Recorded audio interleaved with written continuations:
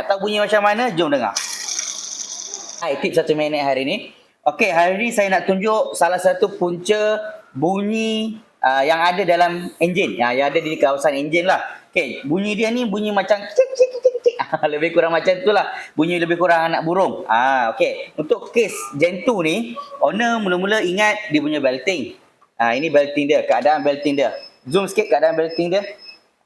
So mula-mula dia ingat belting. So bila kita buka belting, kita test terus. Kita test dia punya puli ni. Sebab bila kita cabut belting, benda puli tensioner ni kita boleh test. So bila kita test, dia keluar satu bunyi. Nak tahu bunyi macam mana? Jom dengar. Dengar tak? Zoom sikit. Ni puli dia ni, bila kita pusing dia ada bunyi. Okey. So bunyi ni menunjukkan puli dia ni, dia punya bearing ni dah tak okey, dah tak cantik. So bila dah jadi macam ni, memang tak ada cara lain dah. Memang kena tukar satu tensioner yang baru. Okey, so kita akan tukar satu tensioner yang baru dan alang-alang kita tukar tensioner yang baru, kalau boleh belting pun tukar yang baru terus. Bukan apa, belting lama ni memang nampak macam boleh pakai, tapi kita tak mahu ambil risiko.